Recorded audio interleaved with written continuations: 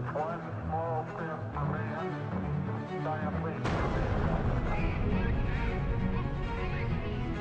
as the greatest demonstration for freedom in the history of our nation. Historia universal contemporánea. La crisis económica de 1929 y trascendencia de la Segunda Guerra Mundial. Reflexionar sobre el impacto de la crisis económica del 29, la Segunda Guerra Mundial y sus repercusiones, así como la trascendencia de la ONU en el mundo. ¿En qué consistió la crisis económica de 1929? ¿Cuáles fueron las consecuencias de esta crisis en los Estados Unidos y en Europa? ¿Qué factores influyeron para iniciar un nuevo conflicto bélico mundial? ¿Cómo cambió el mundo con la Segunda Guerra Mundial? En el programa de hoy responderemos a estas y otras preguntas. Con ello conoceremos algunos de los procesos mundiales más relevantes de la primera mitad del siglo XX. El periodo de prosperidad económica en los años 20 tuvo su primer quiebre cuando la industria de la construcción, la siderurgia y la agrícola presentaron su primer baja en exportaciones y precios hacia 1928. Para entonces, los países europeos habían comenzado a fortalecer sus mercados internos y dejaron de depender directamente de la producción y financiamiento estadounidense. Hacia 1929, el bienestar económico se terminó con la caída de la Bolsa de Valores de Nueva York, lo que provocó la quiebra de innumerables empresas en las que miles de norteamericanos habían invertido su dinero en los últimos años. Después de la Primera Guerra Mundial, Estados Unidos queda como una de las potencias triunfantes de este momento. Y esto hizo que tuviera un poder adquisitivo mayor sobre todo para Europa. Y es cuando a los empresarios norteamericanos y al gobierno norteamericano se le ocurre esa idea, que podemos decir genial, de que hay que lanzar el consumo de masa, que el consumo va a ser el motor de la máquina económica. La economía norteamericana no se da cuenta de nada. Por el nivel de confianza que existía entre cada uno de los sectores. Termina la guerra, desaparece ese mercado, porque ya Inglaterra, Francia, Bélgica se vuelven autónomas, recuperan su territorio y se alimentan solas. Pero todo eso hace que la extraordinaria máquina industrial y agrícola norteamericana pues produce demasiado. Se pensaba que los actores particulares iban a tener la suficiente inteligencia o capacidad o información para poder corregir los sesgos del mercado. Sin embargo, no fue así. La prosperidad de la década de los años 20 también produjo importantes avances en la ciencia. En medicina particularmente, ocurrió un hecho revolucionario al descubrirse que la penicilina servía para curar infecciones. El científico Alexander Fleming dio a conocer su descubrimiento en 1929 y con ello dio inicio la era de los antibióticos, mejorando de manera notable la esperanza de vida de las personas en casi todo el mundo. Las primeras medidas de solución que tomaron los Estados Unidos ante la recesión económica fueron retirar las inversiones del continente europeo y limitar el crédito. La máquina económica está totalmente atorada. Los bancos quebraron. Hay 12 millones de parados. La producción nacional de Estados Unidos cayó a la mitad. ¿Cómo salimos de la crisis? Tenemos que establecer una estrategia para salir de esta crisis. Fue más bien un desajuste entre tratar de mantener la alza de los precios en un control desmedido. El New Deal principalmente lo que buscaba era contener este gran problema que se tenía, sobre todo con una gran masa laboral y una gran masa de desocupación generalizada. El gobierno, los gobiernos, los estados intervengan, ¿no?, en más aspectos de la vida de sus sociedades con la finalidad de resolver los problemas sociales. Es decir, es una nueva manera por parte del Estado de entrar en la economía. En Europa, la crisis repercutió en los ámbitos social y político. Se suscitaron revueltas sociales como resultado del descontento y se favoreció la instauración de regímenes autoritarios y dictatoriales. Estos gobiernos se valieron del nacionalismo para consolidar sus regímenes y emprendieron una política expansionista.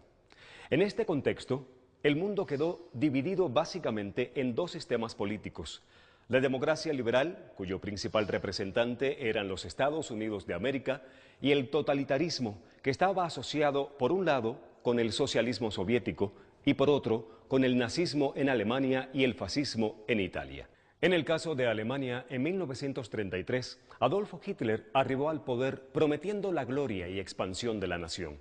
Reactivó la industria armamentista y desafió a las potencias triunfadoras en la Primera Guerra Mundial. Para lograr sus objetivos al exterior, creó junto con Italia y Japón el eje tripartita Berlín-Roma-Tokio, basado en la expansión y repartición del mundo. Con estas naciones acordó respetar las zonas de influencia de cada una y apoyarse mutuamente para vencer a los países que se opusieran a sus objetivos. Hitler declaró su desprecio hacia los judíos y otros grupos, como las personas homosexuales y los gitanos, por considerarlos inferiores a los alemanes de raza aria. Por esta razón, comenzó a perseguirles y emitió una serie de leyes discriminatorias que les despojaron de sus derechos. Más tarde, en 1942, el gobierno alemán emprendió una campaña de exterminio sistemático de la comunidad judía.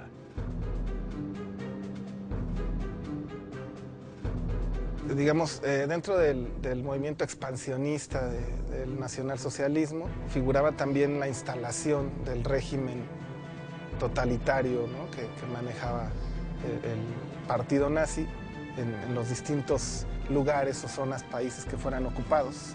En el caso de Alemania, que es el más representativo, es el que expone una política expansionista, el cual está basado en esta idea de volver a reconstruir un imperio alemán, que se le consideró el Tercer Reich, y la intención era generar el control de toda Europa a través de dos puntos estratégicos, que era Francia e Inglaterra. En ese sentido, los más representativos no solamente era a partir de crear una zona de control en Europa, sino también darle un frente a la Unión Soviética, que trae un modelo socialista, y los elementos fundamentales de este fascismo estaban en contra del comunismo, en contra del neoliberalismo y en contra de los judíos, por considerarlos representantes de esta clase usurera que había sido responsable de esa crisis del 29 y que había dejado devastada a toda Europa. Esto, desde luego, representa un naciente peligro en la Europa que ya estaba destruida por la Primera Guerra Mundial. Las grandes potencias europeas como Inglaterra y Francia dejan de ser las estrellas mundiales porque se endeudan por la Primera Guerra Mundial. Durante la Segunda Guerra Mundial, la tecnología se desarrolló al servicio de la industria bélica. El poder de las armas era cada vez más devastador. Esto fue aprovechado por los contendientes, sobre todo por Alemania, al comienzo del conflicto. Al iniciar la primera fase de la guerra, los nazis lograron penetrar fácilmente y conquistar un extenso territorio, gracias a su moderno armamento y a la estrategia militar que emplearon, conocida como la Guerra Relámpago. Esta consistió básicamente en el uso intensivo de tanques, aviación, carros de combate y artillería letal para derrotar al enemigo rápidamente.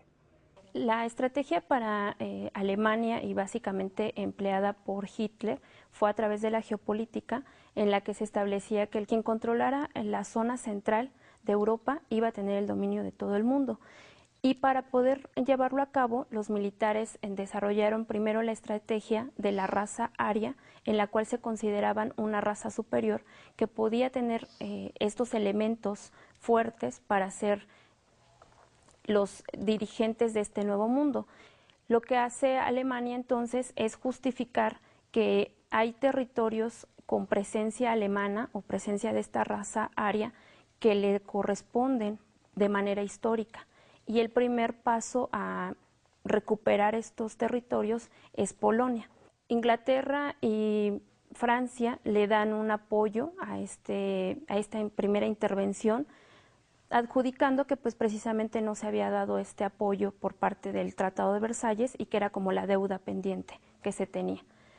Se le da el apoyo también para frenar un poco el expansionismo de la Unión Soviética y de esta forma se empieza a crear la estrategia ya de avance, no solamente a Polonia, sino también a países como Luxemburgo, también se da el avance a Checoslovaquia y posteriormente pues ya se va a venir la ruptura con Francia y con Gran Bretaña, en el que ya se va a dar la expansión hasta esos territorios.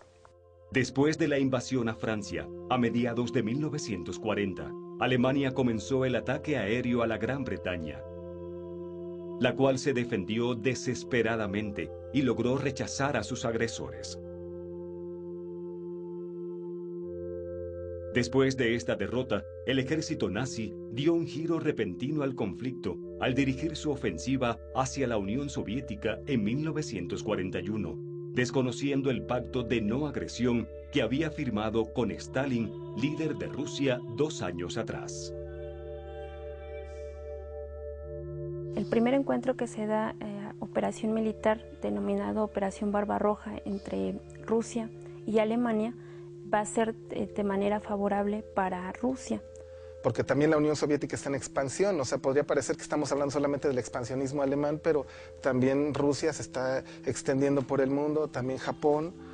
Entonces, bueno, Alemania tiene este pacto de no agresión con Rusia, con la Unión Soviética, para delimitar ciertas áreas de influencia. También este pacto tenía como objetivo por parte de Rusia detener un poco el expansionismo o la agresión militar de Alemania, que iba a ser inminente por este contenido anticomunista que tenía la política fascista alemana. Para 1940 Hitler va a romper el acuerdo que tiene con la Unión Soviética bajo unos argumentos. El argumento es de que Rusia está traicionando el pacto de no agresión, cuando en realidad, digamos, Rusia no había hecho ningún movimiento hasta ese momento. Digamos, Hitler argumenta, por otro lado, que se siente como la persona indicada para contener el avance del comunismo, del socialismo en Europa. Japón tenía la intención de volver a tener el control del Pacífico,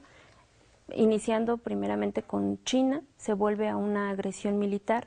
Posteriormente se va a tratar de expandir algunas regiones, islas de Oceanía. La estrategia de Japón para avanzar en el Océano Pacífico fue generar operaciones militares al mismo tiempo en varios territorios.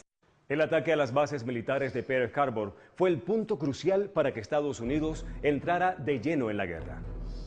Para contrarrestar la alianza de los países del eje, Berlín, Roma, Tokio, se conformó otro bloque denominado los Países Aliados, integrado por Francia, Gran Bretaña, Estados Unidos y la Unión Soviética. Hay una alianza ya política, económica, formada o creada entre los países que vamos a llamar países del eje, que va a ser Italia, Alemania y Japón. Este pacto tiene, digamos, origen en 1936. Es un pacto que obliga a estos países a apoyarse incondicionalmente prácticamente en todo.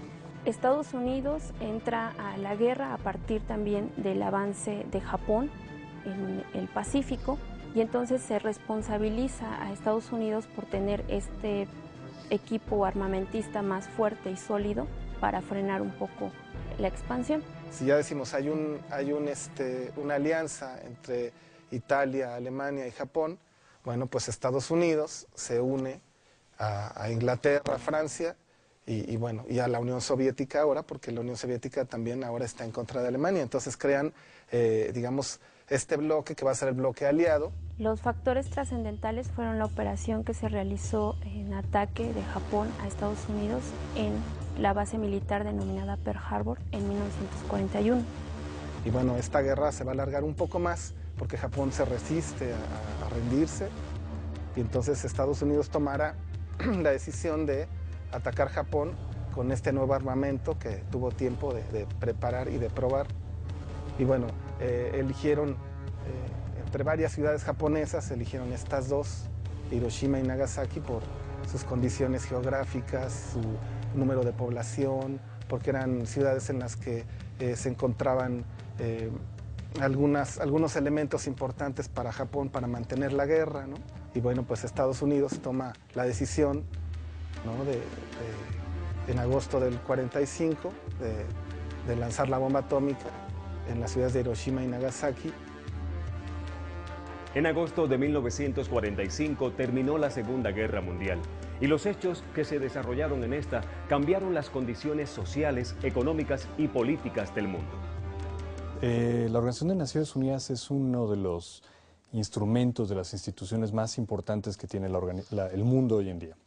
Y se funda, desgraciadamente, a raíz de algo lamentable, que es la Segunda Guerra Mundial. El trabajo de Naciones Unidas se divide en 3 grandes áreas y las 3 están interconectadas. Uno, desde luego, sigue siendo el trabajo en pro de la paz y seguridad internacionales, promoción y protección de los derechos humanos, de todos los derechos humanos a nivel mundial, y el impulso al desarrollo, el desarrollo entendido como la calidad de vida de las personas. Del 45 a la fecha, la organización ha evolucionado y ha cambiado, como ha ido cambiando el mundo también. Y hoy en día ese nuevo planeta cada vez más interconectado, cada vez más relacionado entre sí, y las Naciones Unidas tienen un fin común, que es ser un espacio para la resolución pacífica de conflictos. Es decir, que dos países que tuvieran una diferencia de opiniones, una diferencia comercial, una diferencia por fronteras, tuvieran un espacio neutral donde se pudieran poner de acuerdo.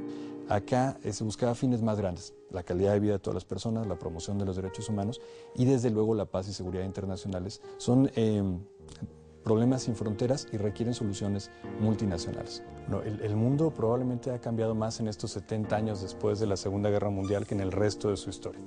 Los conflictos han evolucionado también después de la Segunda Guerra Mundial, de ser conflictos entre estados, a evolucionar en conflictos cada vez más internacionales. Por ende, las Naciones Unidas han tenido que irse adaptando también a esos cambios de realidad. Hoy en día, en ese sentido, tenemos un mundo en el que conviven grandes soluciones con grandes problemas. El fin de la contienda dio paso a una reflexión sobre las terribles consecuencias de los conflictos bélicos y sobre el papel de la ciencia al servicio de la industria armamentista. En este sentido, mucho se ha cuestionado, por ejemplo, sobre la pertinencia del uso de las bombas atómicas para poner fin a este conflicto. Es momento de despedir el programa, pero les invitamos a conocer lo que sucedió en el mundo en la segunda mitad del siglo XX.